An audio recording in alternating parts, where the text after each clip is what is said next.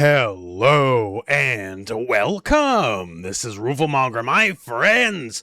Let's have a preview of Rick Strowd for Fatal Fury City of the Wolves Season 3. So SNK was nice enough to let me have a bit of a hands-on preview with the character, and I'm going to be showing you basically everything that Rick is capable of. And our Native American boxer, he's very big on pressure, mix-ups, just all about being in your face and destroying you. Now, as a heads up, I am making this video before whatever Season 3 gets announced, and I do not know all the details.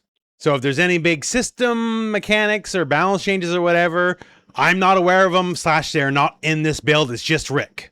By the time this goes live, we might know what those are, but for the moment, I do not, just as a heads up. So here we are in game. So Rick, he's a boxer. He's got a lot of classical boxing, like big straights, big haymakers, a lot of 1-2 combos, all that kind of stuff. The one thing out of the gate, this is not gameplay, it's characterization, but I never knew Rick was a dirty boxer. Like, he'll step on your toes while he's like throwing you just to punch you in the face. That's classical dirty boxing. He will punch you in the back of the head in the back throw. That's a rabbit punch. That's like frowned upon at a minimum. Let's put it that way. So yeah, just Rick never had much characterization before, and then he's busting out like a lot of dirty boxing stuff here, and he has power boxing, speed boxing, like he can do all sorts of fun stuff. Like he's got a lot. We're just gonna go over the totality of his moveset. But first, if you're just looking for an overall vibe, Rick is definitely like a get in your face and break you kind of character, and he's helped with this by two things. One, he has a lot of great plus frames. Like, yes, he can do like the usual thing of like feint cancel for plus frames, like all that, sure. But like say close light punch, +1 on block, leaves you in throw distance. We have close light kick, that's +3 on block. The cortical forward special series, these are all plus on block. So like just, easy pressure and just leaves you on top of the enemy. He has an uppercut style move, like a lot of people do. The difference though, the rev version, the enhanced version, if you break it, it's plus on block. Like, some of these will be safe on block, sure. Him, it's actually just advantage on block. So you can just like block string your way in and just keep your plus frames and just kind of go from there. Like, he has lots of ways to stay plus, which is great. And then add to the other thing, he has one of the easiest mix-up engines in the game. So he has a unique stance. It's just forward and 2 punches together. And he'll kind of have like a Philly shell style, like just stance, right? A lot of flicker jabs, a lot of attacks here, a lot of things he can do from it. But namely, like light punch is just a basic quick jab. Heavy punch is an overhead. Heavy kick is a low. And you see where I'm going with this, right? So the stance just has low overhead built into it. And the thing is, from special cancelable normals and even some special moves, you can just go directly into the stance. So you don't have to just activate it raw. You can easily transition into it. And from the stance, you can go low or overhead, it doesn't really matter. And from there, just hit forward and you'll transition into the other side stance. Like, it's the same moveset either way, but it's basically you'll step into it and then just have better frame data. And then say if I go for that overhead, oh, all of a sudden I got a little bit of a combo. Say I go for the low. Same deal, I'll get a little bit of a combo and I'll get more damage than just like a raw overhead would ever get. And say I have counter hit turned on. So there's a lot of situations where I can transition to stance. I have advantage frame so you can't hit buttons. If I counter hit you with a jab, that jab will naturally go into the overhead. It will naturally go into the low. And they're like, if you get this, then you just get the full combo and you get the damage, right? So you can go low overhead or just quick mids, go from there. And then on top of that, it also has a counter. So say some situations here I go into stance and I try to do something, we might trade or he might beat me. And yes, again, with certain combinations, you can very easily just have the advantage frames and you will win, right? But say you're in a situation where you're negative. So say I do like a light kick into stance. As long as you're not asleep at the wheel, like I'm going to lose. But the counter goes live basically almost right away. And thus, if I do this here and I know you're going to hit buttons, boom, get launched. And I can cancel out into various other moves and just go from there, right? So like there's a lot of possibilities. Basically, it's a mix-up engine. You can basically transition to it from a lot of normals, from a lot of other special moves, and force you to guess overhead low non-stop, on top of like the fact that he has so many plus frames, on top of the fact he has pretty serviceable normals. Like stand heavy kick has pretty good range and is special cancelable. Stand heavy punch has gigantic range, making it very suitable for like big wild punish situations, because you can just kind of get a lot in these scenarios. And yes, by the way, right there, you see that little combo at the end? You can end that specials into the stance and still keep the combo going with the stance, right? So you can get some pretty tasty damage is what I'm saying. So he's a pretty good grab bag of stuff, but he's very much a in-your-face character. Like, from full screen, he's adding exactly nothing to a fight. There's no projectiles. There's some anti-projectile. We'll get into it. But, like, he has to get in and bully you. That's the kind of thing 101. Pressure and mix. That's Rick Strowd 101. So that said, now let's go over the moveset. So now, going into the move list. First, again, let's talk about that stance, aggressor style. So, it's basically, as we talked about, it has a basic mid-strike, has the overhead, has a low, and you can cancel into these, and you can use these to get combos. The counter attack we mentioned here, that's just light kick when you're in a stance. There's also heavy punch and light punch together. That's just kind of like a finisher, so you can use that for combos. And on top of the rhythm of, you know, guess overhead, guess low, guess mid, am I going to use a counter attack and all that, you can just hit down and cancel out of it. So I can just hit you with anything, go into stance, hit jab, hit down, and like go for a throw or something like that. Like, there's a lot of mix-up opportunity. This is a mix-up engine for sure. He does have some command normals. So one is just heavy kick, close heavy kick specifically, in the close heavy punch. So it just gives you like a quick little 1-2, similar to say like Terry Bogard's. And it's just very solid for like hit confirms. You can kind of use it to go in like whatever combos you want, get your big damage in. Like, it's just a workhorse. And if you feint cancel it, it is very slightly plus on block. So there is that.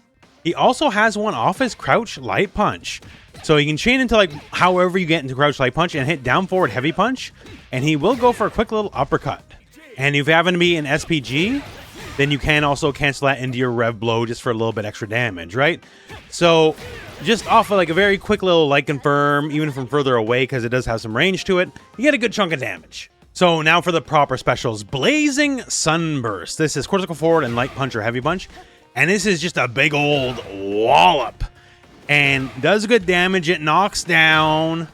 And the fun part is, it's always advantage on block. Like, no matter what, you're always going to be +2. Even if you do the enhanced version, it's always your turn if it's blocked.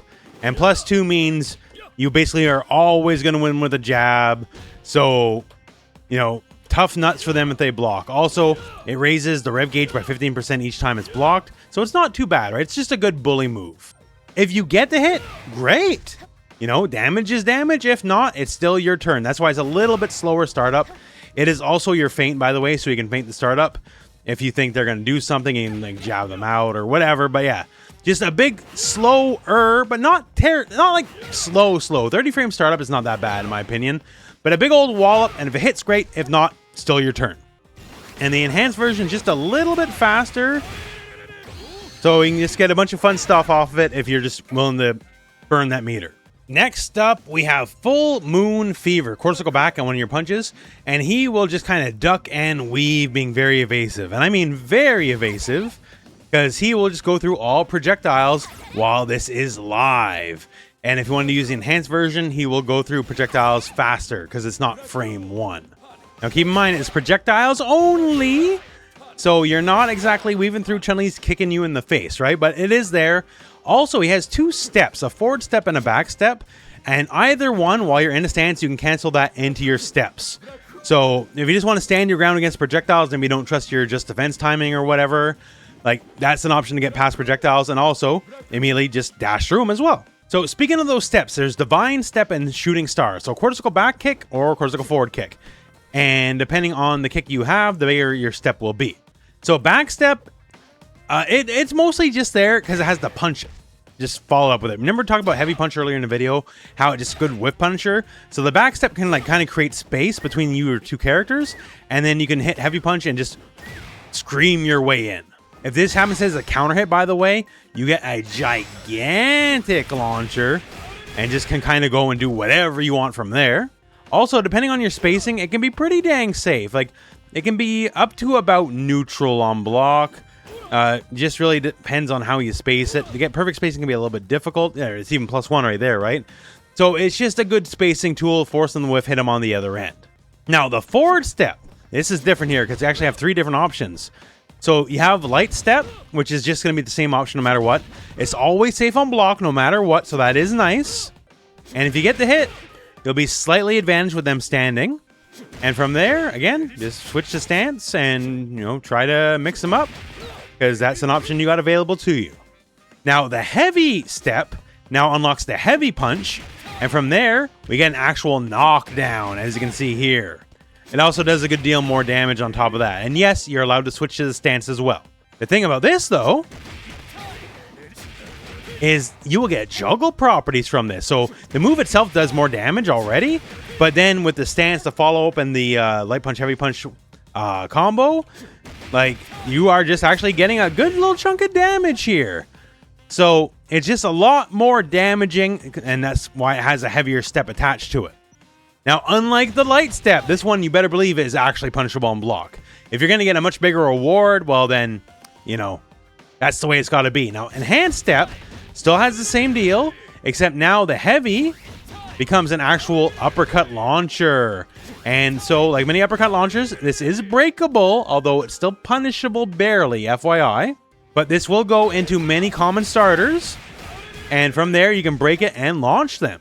And with that in mind, with some of the stuff we just learned here, we can get some pretty basic launcher setups here.